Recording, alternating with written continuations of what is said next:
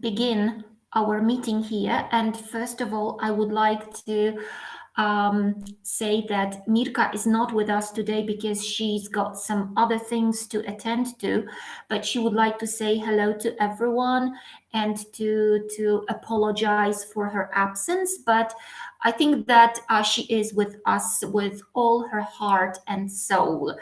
Um, and so I would like to welcome everyone, to say hello to everyone, and to start the meeting today. Today, the code for exercises, it is 280. The prefix is NJA, yes, here. So, and I hope that it will work for everyone. And today we will focus on different aspects, but we will start with the thing that you have to determine when you evaluate the property, that is the market value of the property. And here you can see in the middle the Polish definition of the market value, and I think you are well familiar with the Polish definition.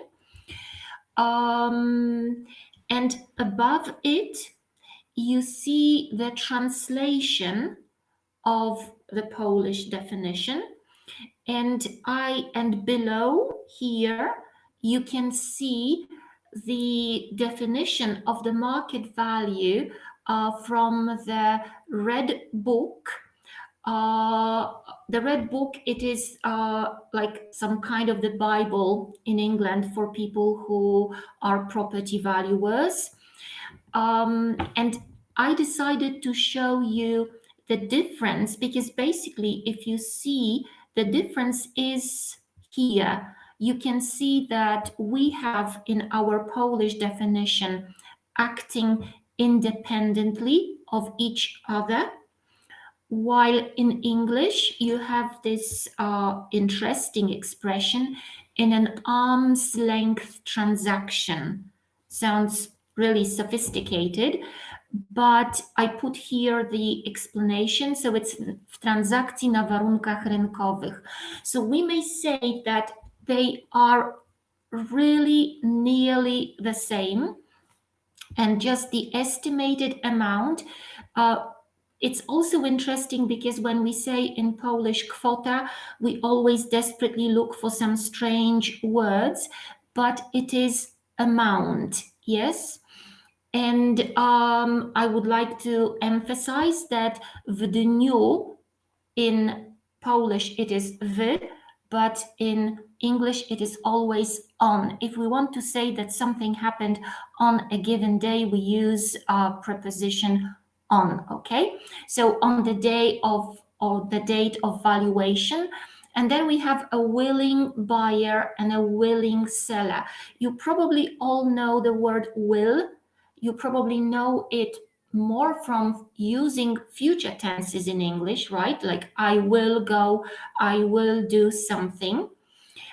Will expresses that someone wants to do something. That's why, in fact, future tense in English, it is that I want to do something. So I will do something. And from this will, you have willing. If you translate it literally, chętny, mający chęć.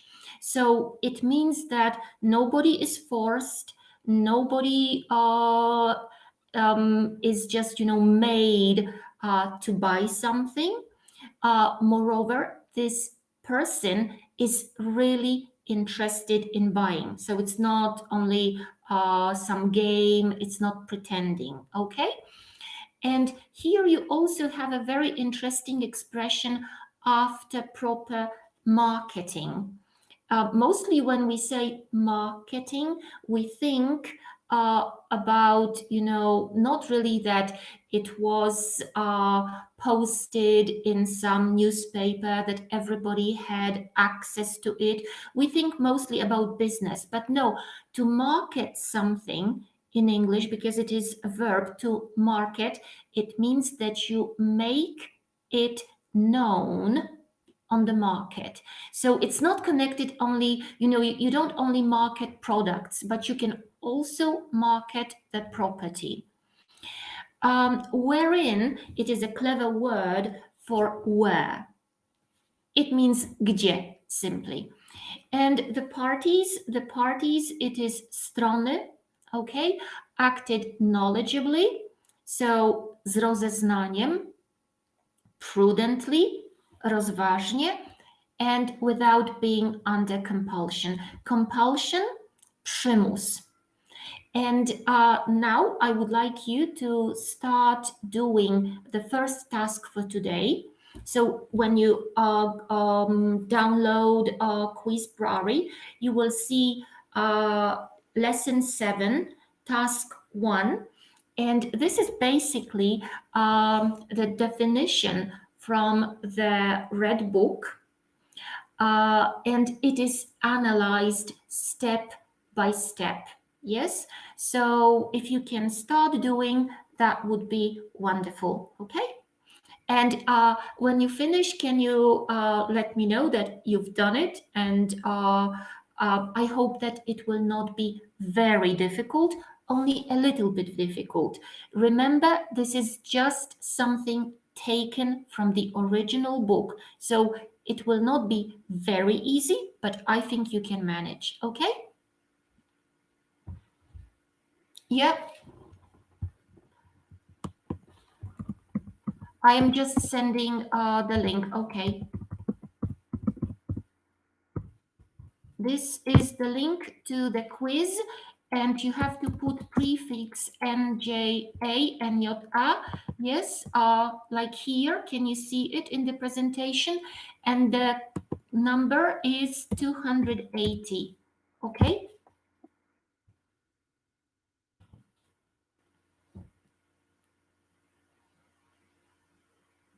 No problem at all. If if you need some link or something, just let me know.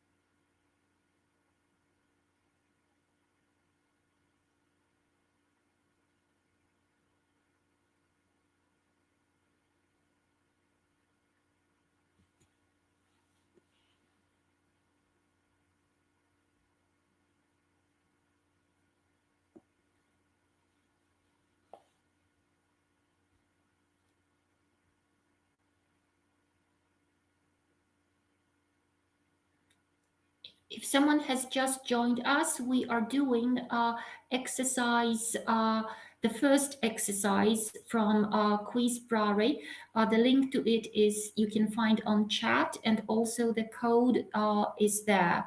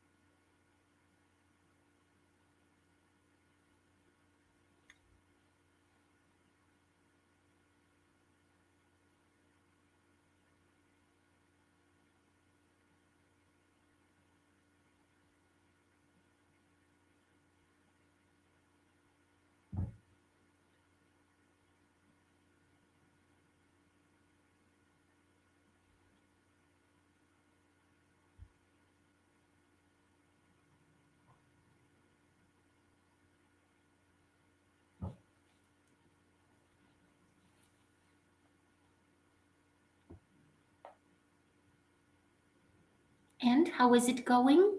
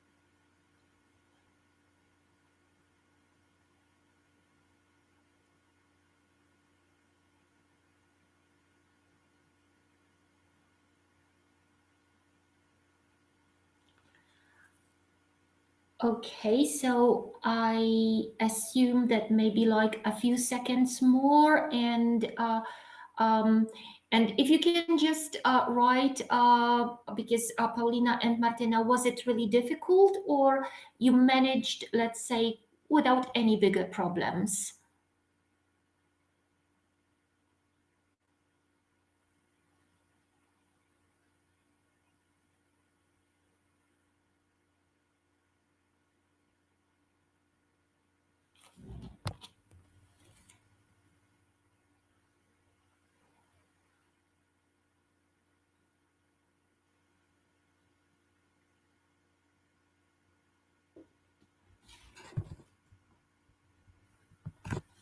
Okay, so I think I can assume that you are slowly finishing it, and we can continue. And we come to the thing which creates problems. Why? Because probably you remember when you learned property valuation that if we look at the Polish way of valuation, we've got approaches, podejścia. Within approaches, you've got metody, and within methods, you've got techniki. And the problem is that in England, they don't have approaches. So this level does not exist. Yes. They have methods. And of course, if they have something different, it means that there will be problems when we want to translate the thing. Of course, we will manage, but it means there will be a few versions probably. But if we look at Polish approaches, then we have the comparative approach, podejście porównawcze, the income approach, podejście dochodowe, the cost approach.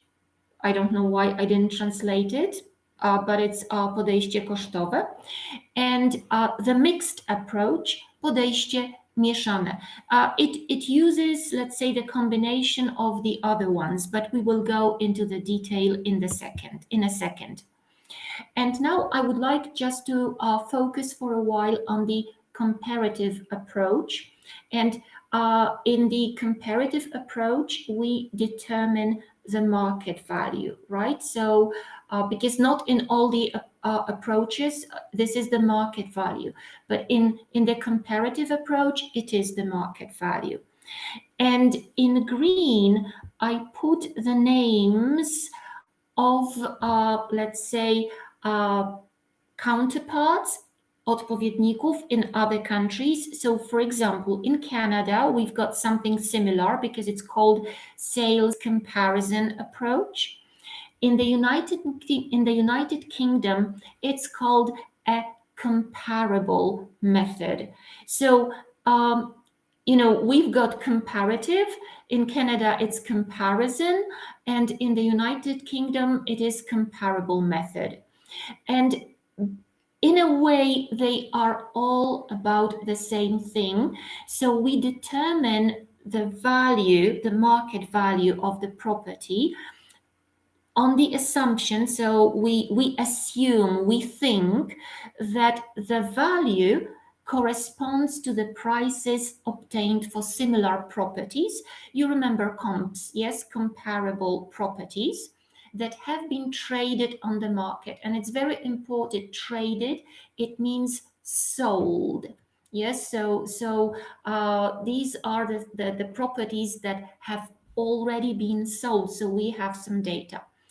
And of course, these prices, they have to be adjusted. It means corrected for the features, attributes. You remember these words, cechy, yes, that differentiate similar properties, because I think basically it's impossible to find two same properties. They always differ a little bit.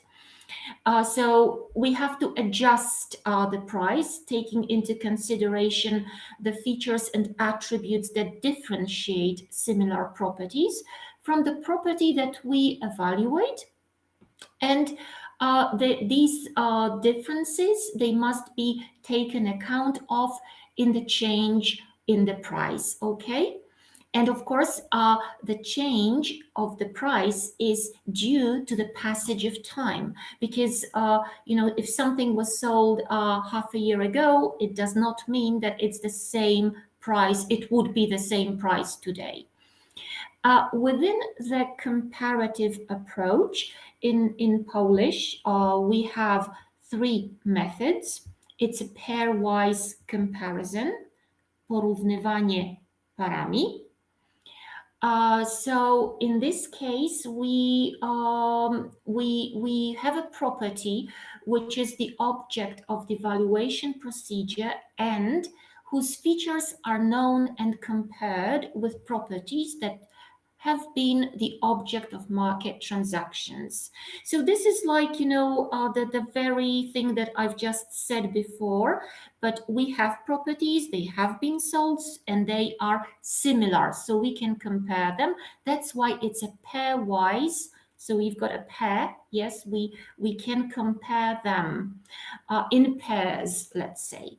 Average price correction, korygowanie ceny średniej. So that's the word, the expression to learn. And it is mean it is średnia, mean price correction method that defines the value based on average prices. Average, it's another word for średni, observed in the real property market. And then we've got statistical analysis of the market, analiza statystyczna rynku. And here we adopt different, let's say, statistical methods to determine the value of the property. But now I would like you to do another task. And this is listening. And this listening, it is from comparable market analysis.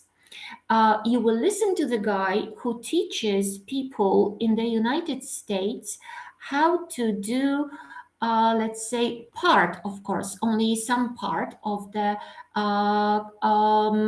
comparable market analysis. I think it's quite interesting, and he uses some nice tricks to make people remember what and how they should do something, not to make mistakes. So the listening, I think, is around 3 minutes long. So 3 minutes maybe, that can be the advertisement at the beginning, though. it doesn't have to be, but maybe. And it is, of course, lesson 7, task 2 on Quizbrary. If you want, I can type in the link to listening in the on the chat window. Do you need it? Maybe I will, just in case.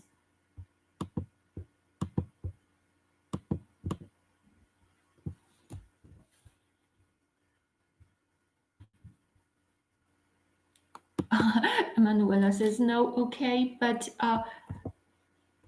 just if somebody needs it.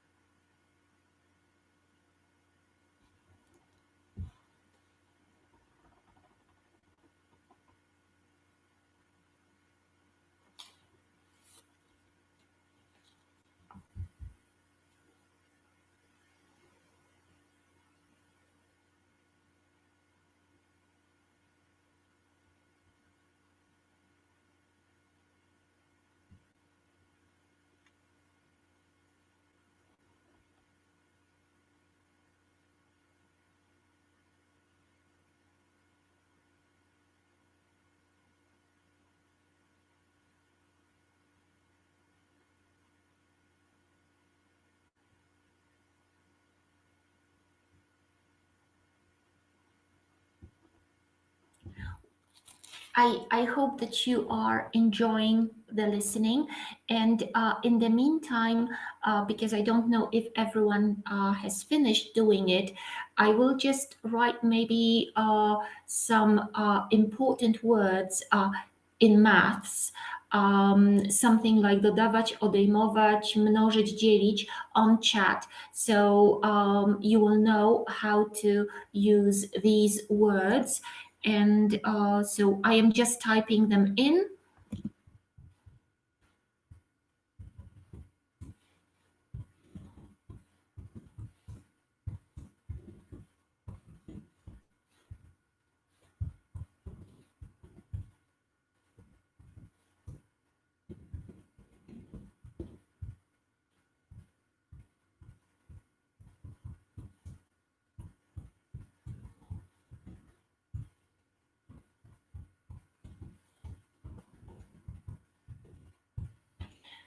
Well, I hope that you've finished listening, and now you know, and you've enjoyed it, I hope.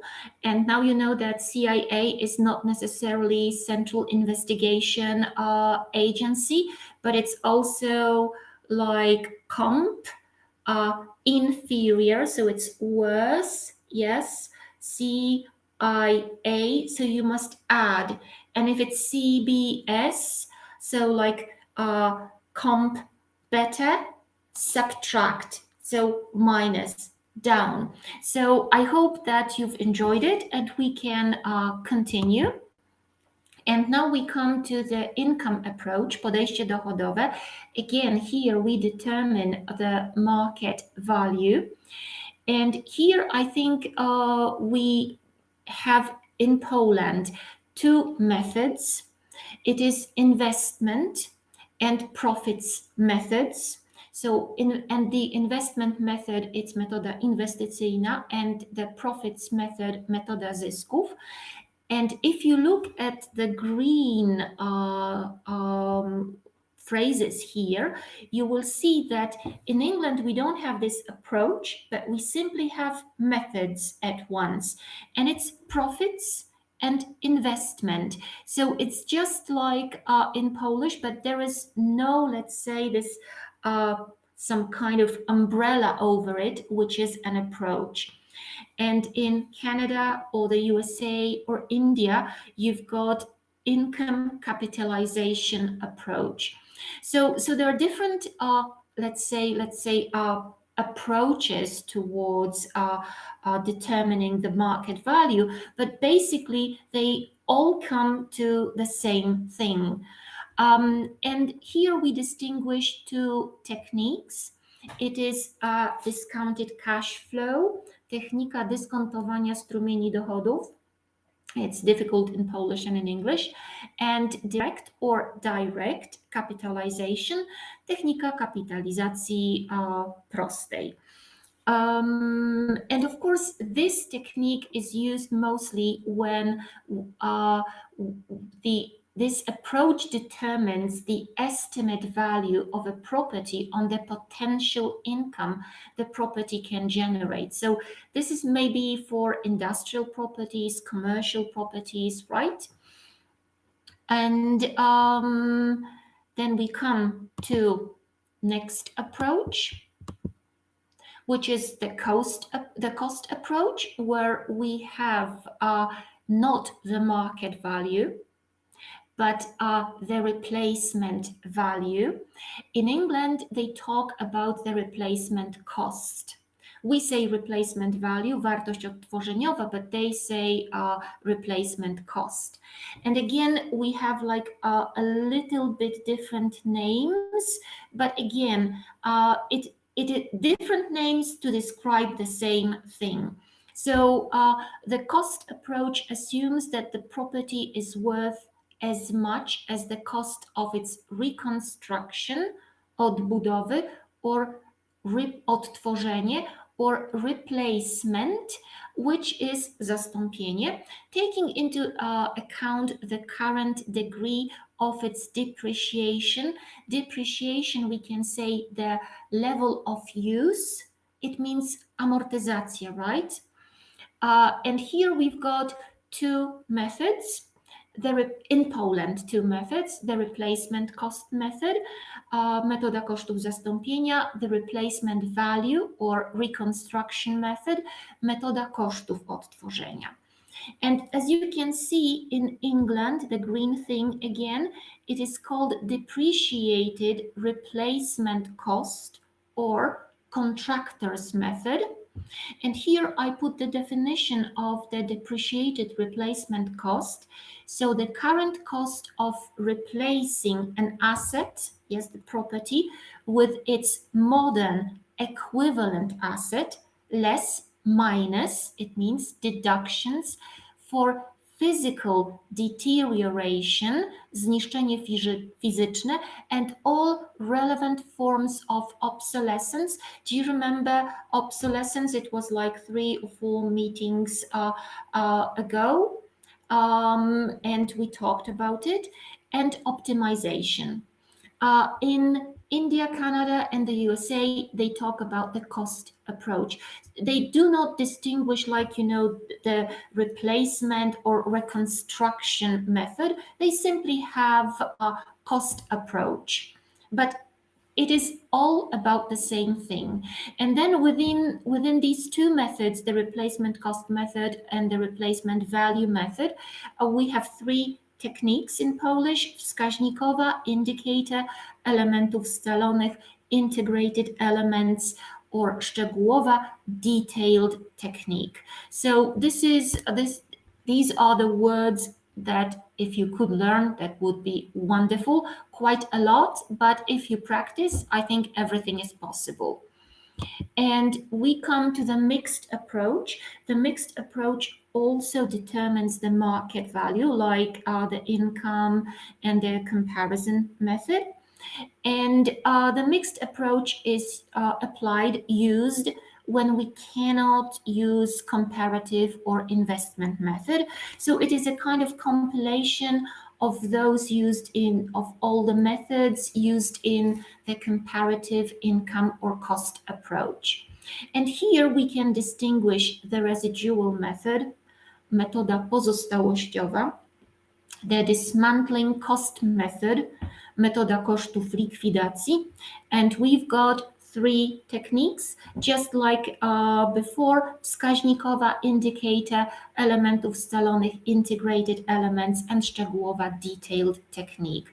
There is also the method called the land value indicator method, metoda wskaźników szacunkowych gruntu. In England, in the UK, in fact, they talk about the residual method. So that's the name. And it's based on the principle that the value of a property with development potential is equal to it after development minus the cost and a profit for the developer. And residual value, wartość rezydualna, sometimes people call it in Polish wartość resztowa. And if you think about the residual value equation, in English, it is gross development value, wartość nieruchomości po zakończeniu prac rozwojowych, ulepszeniu, minus total development costs, including profit. Total development cost, całkowite koszty zrealizowania zakładanego rozwoju. In Polish, it's really, really, really long. In English, it's shorter, but I put here both the English names and the Polish counterparts. And now it's time for the 3rd task today. So if you can go to quizbrary.com, lesson 7, task 3, it's testing your vocabulary concerning approaches, methods, and techniques of valuation.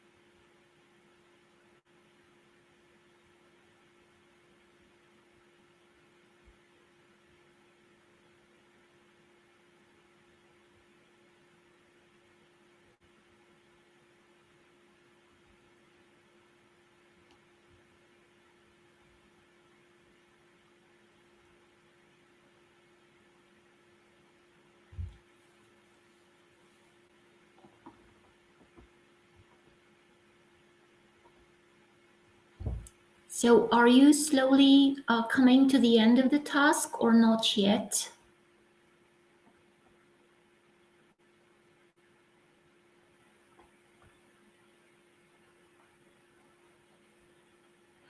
Okay, thank you for telling me. Great. Was it difficult? Just I want to know because I can't see you, and I just don't know. Wow, no. Looking at some results that I've seen, it wasn't that difficult. So that's great. Although I know that it's quite a lot of reading, but that's the point. I want you to read. I want you to repeat the words because I think in this way you can learn more. And because there are more and more words to learn, so we come to the thing that when I started translating valuation reports, this was something that I really at the beginning I could not understand.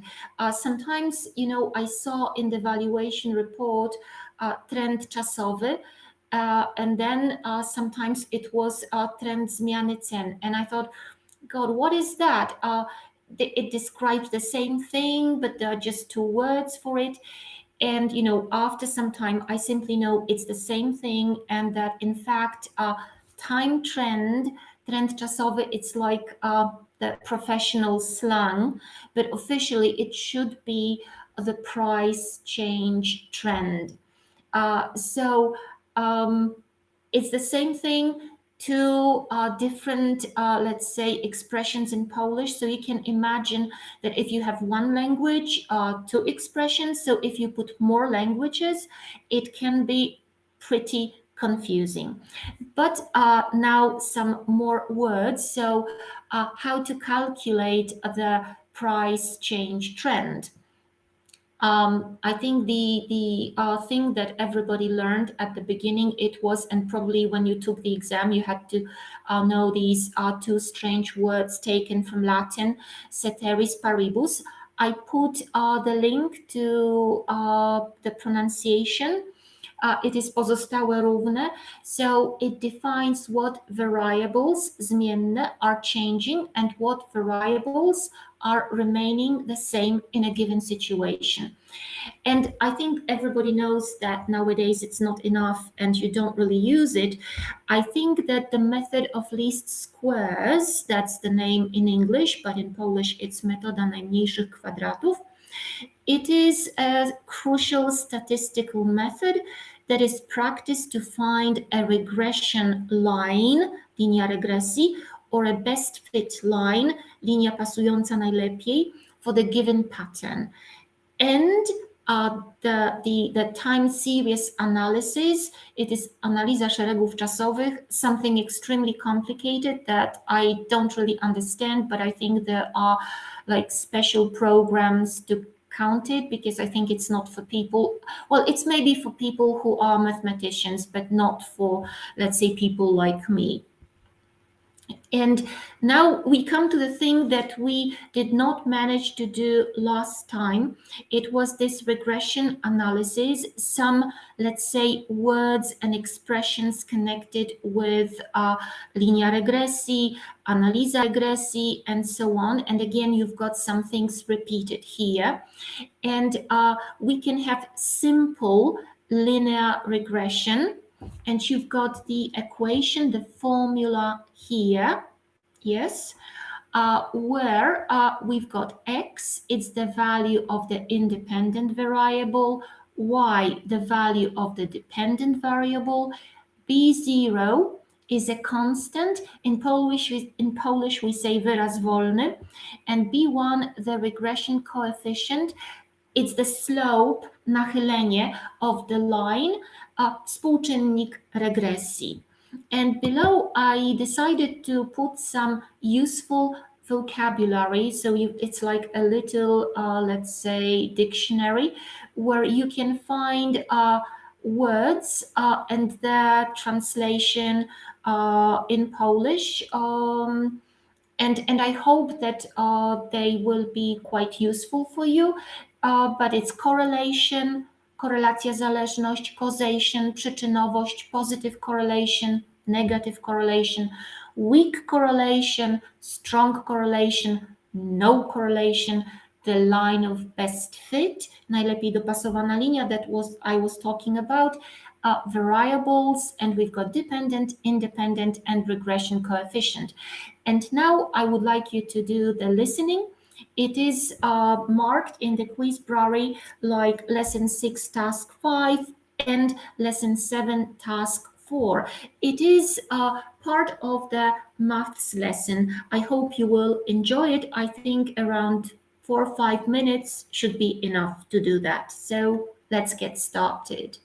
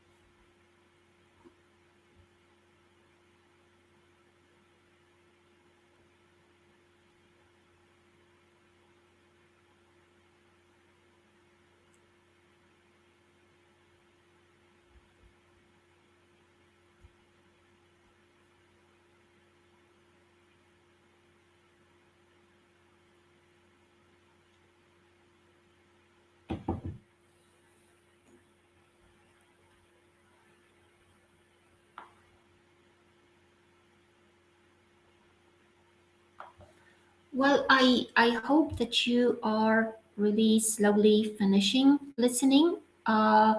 And I like when you are listening, I would like to tell you that the next slide is also about some words connected with valuation. So it is again some kind of vocabulary that you may find useful if you talk about some valuation methods.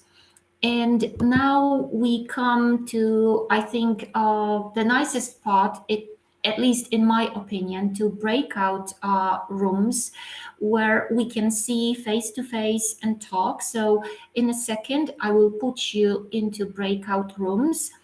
And I don't know if you've noticed, but at the beginning of the lesson at 6:17, I posted a file with your task. Um, I hope you can find it. Just please search if you can find it, and let me know if it works, if you can open it, if you can see it, because it's quite important so that you can see it. Okay. So it was 17 past 6. It's on chat, so you have to enter our chat. And it was just at the beginning when I start. It was before the meeting actually, right? Because the meeting started 6:30. So can you find it? Okay, so okay, great. So I am putting you into breakout rooms. Mhm.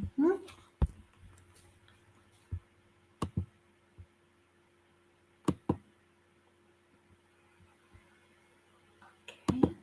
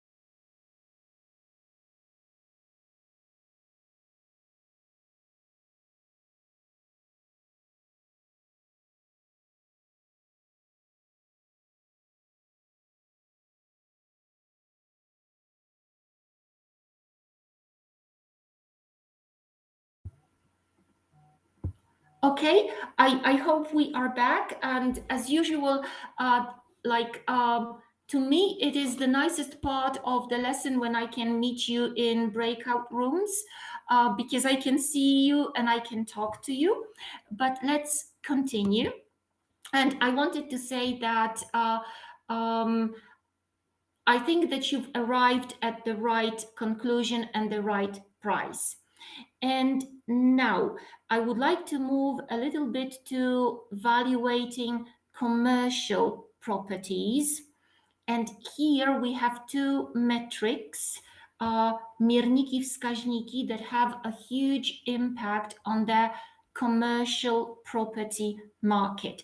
But commercial property market, it is the name used in the United Kingdom. And commercial real estate market, this is the expression used in the USA. So in English, you will see the abbreviation CPM. In American English, you will see CRE, but in Polish, it is rynek nieruchomości komercyjnych. And these two metrics that are very important, it is absorption and vacancy. And now let's focus on absorption. And here, well, I think that you know what absorption is. So it is the amount of space or units occupied within a market over a given period of time. Typically 1 year.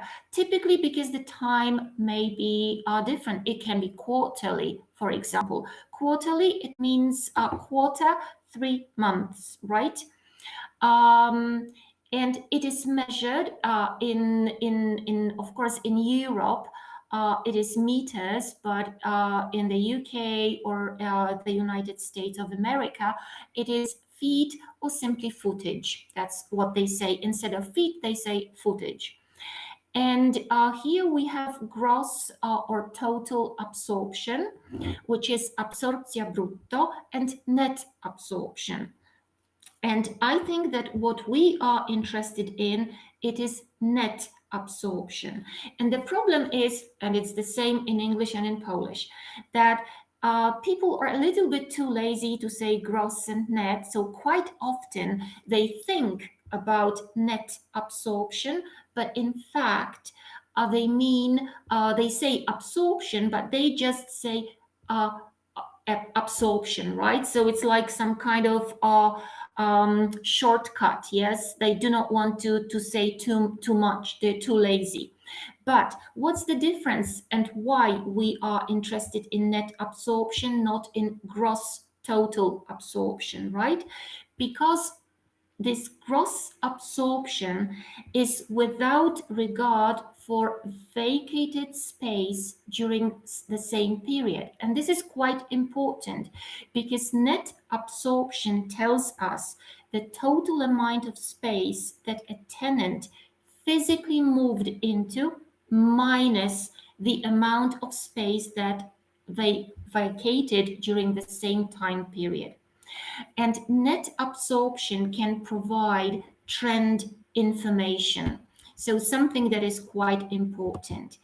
And then this net absorption, we have some factors that influence it. It's availability. And there may be little, because if something is available, we have it, yes? So there may be little availability, characterized by a high net absorption rate. In a second, I will say rate. It is wskaźnik, right? Absorpcji netto. Or high availability, characterized by a low net absorption rate.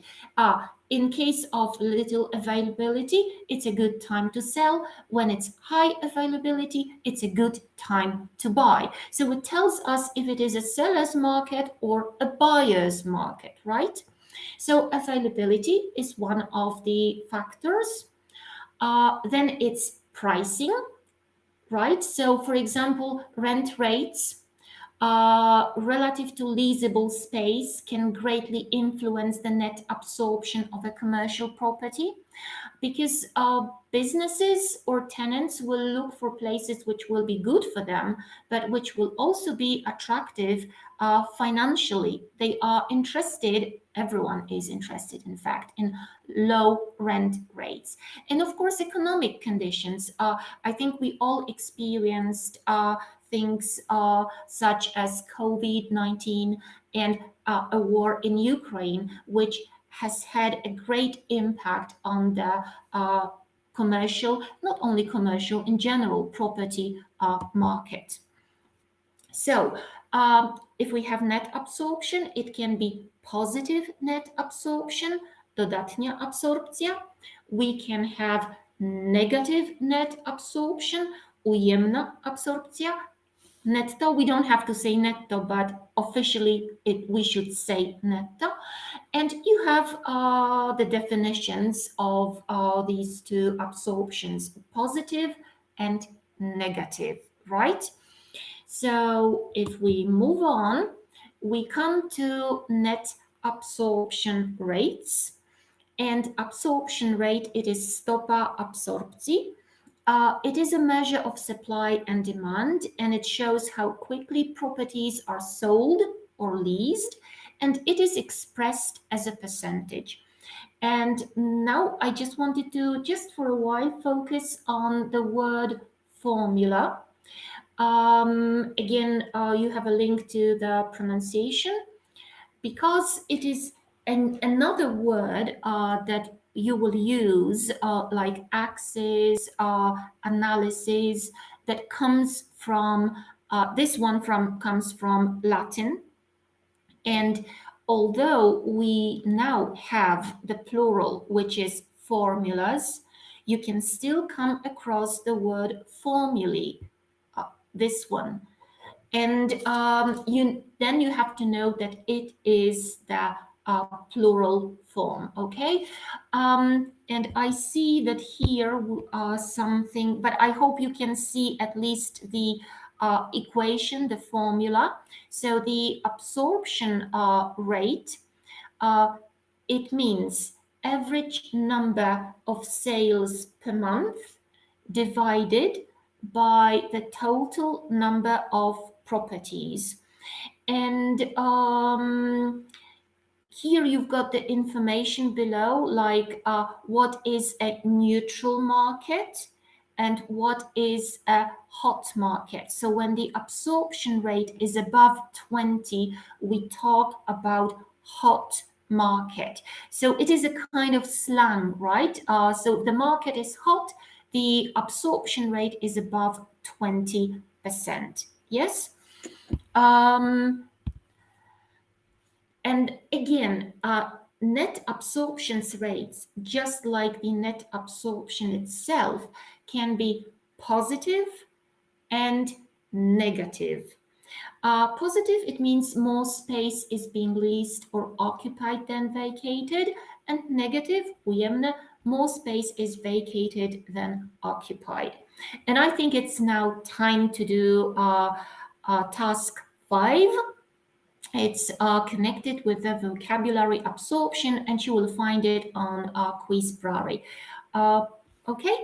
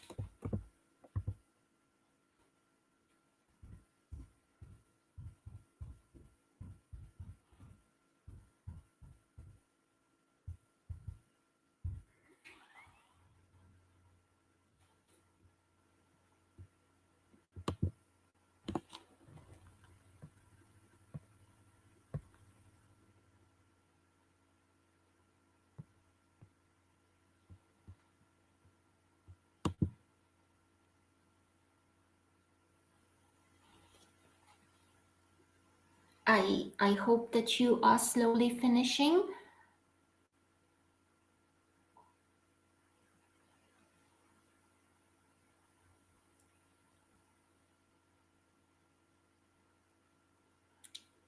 Well, let's assume that you've finished and you've finished successfully.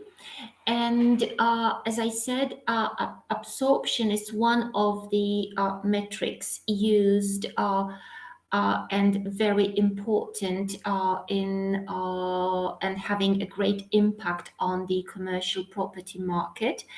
And as I've mentioned, the other one is vacancy.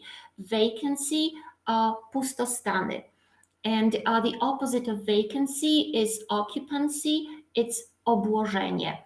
And if we think about types of vacancies, we've got like normal, so people, because their contracts or agreements, rental agreements are finished, so they move out. There is seasonal vacancy. Certain seasons are more popular among tenants and certain are not. There are those unforeseen, so a tenant moves out unexpectedly. And structural vacancy. Structural, it means that people have to move out because of structural issues. So something has to be fixed, repaired, something does not work, okay? And then we've got vacancy rate. And here sometimes we also talk about vacancy levels, but it's the same thing. It's wskaźnik pustostanów. And there are two types of vacancies, and these two types really are very important. It's a physical vacancy, and very often this physical vacancy, it equals vacancy rate. Yes, physical vacancy refers to the amount of time a unit or units sits vacant. Yes, sit vacant, it's a very nice expression. It simply means that they are empty. And this physical vacancy, and the formula is, as you can see, because it's expressed as a percentage, it is vacant units in the building times 100 divided by the total number of units in the building. Units here is understood as lokale, right? Times razy divided by podzielone przez. And this formula is used to express, let's say, the current physical vacancy. But quite often we are not really interested in the current physical vacancy because it's now. We are interested, let's say, in a longer period of time. And if we are interested in it, then we use the arithmetic mean to calculate, let's say, the longer, for example, annual vacancy rate, okay? And we've got physical vacancy and economic vacancy. And I think that economic vacancy is more important, in my opinion, because it refers to the amount of rent a property owner has lost due to the vacancy of their property. Right? So it is the difference between the actual rental income. So like theoretically, yes, we should get some money. So this is we dream about it, yes, but basically we get less because someone has moved out unexpectedly, someone has not paid the rent, right? So it is the difference between the actual rental income and the gross potential rent of a property. Gross potential rent, potencjalny czynsz brutto. So this, as I wrote, it assumes 100% occupancy. So gross potential rent. But this is something that usually, let's say, the investors, they don't get it because of, let's say, credit loss. it could be a nice expression to know and understand, because it's got nothing to do with, let's say, bank credit or bank loans. It is simply these are the loss resulting from the tenants that have not paid their rent. So this is a credit loss, yes? Or we've got units that are occupied by a property manager or otherwise given away. And in the formula below, you will see that it is said given away, yes? Or turnover periods between tenants. So it is, like some tenants move out, and before the other tenants move in, we have the turnover period. And then also rental incentives. Incentives we can translate in general zachęta, something that should motivate people to do something. And the incentives that we can think about are, for example, a free month of rent or some kind of discount, right? So the economic vacancy rate formula expressed as a percentage too. So it is physical vacancy plus given units. Given units, it means, for example, that you've got a multi-family building and one flat is given to the manager, and the manager does not pay any rent, okay? Free rent, free, it means that 1 month or 2 months somebody had like a special incentive, plus credit loss, plus anything else that might happen or might have already happened, okay? So that's the thing. And then the opposite of vacancy is occupancy. And again, we can talk about occupancy rate or level. And occupancy rate, basically, it is because also here we've got physical occupancy and economic occupancy, and occupancy rate mostly refers to physical occupancy. It's wskaźnik obłożenia in Polish. And occupancy rate formula, you've got occupancy rate. It is the number of units occupied times 100 divided by total number of available units. I am just saying these formulas because I think it's difficult to read them in English. It's quite easy to do this in Polish. We all understand it because mathematics is a universal language. But how to read it, I hope that you will be able to listen to this while you play the recording. And we come to economic, because before it was physical, now we've got economic occupancy. And below you've got economic occupancy rate formula. And here it's occupancy rate equals the total rent collected times 100 divided by the total possible rent income, gross potential rent. You remember this? And the same formula, because it is like the current in a given month, right? But you can use the same formula and you can apply it on a yearly basis. So first step, like if you want to calculate it, and I know that you know how to do it, but it's just saying this in English.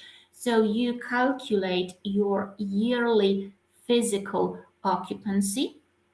Step 2, subtract, odejmujemy. You can also say deduct.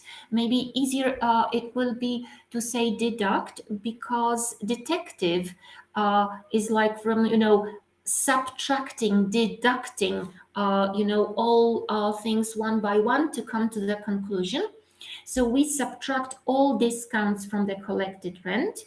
And then step 3, divide the adjusted rent by the total possible rent income and multiply by 100.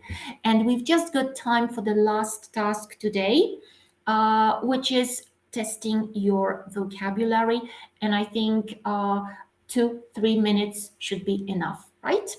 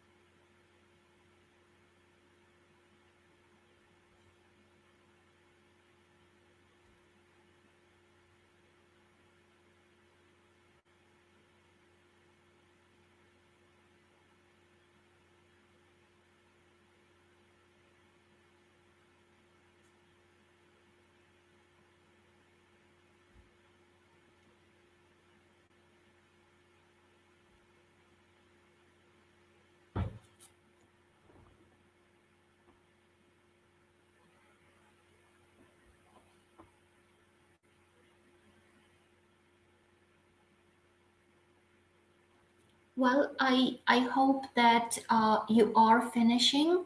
And if you are finishing, I hope that you've finished it successfully and the results are quite good, or at least good.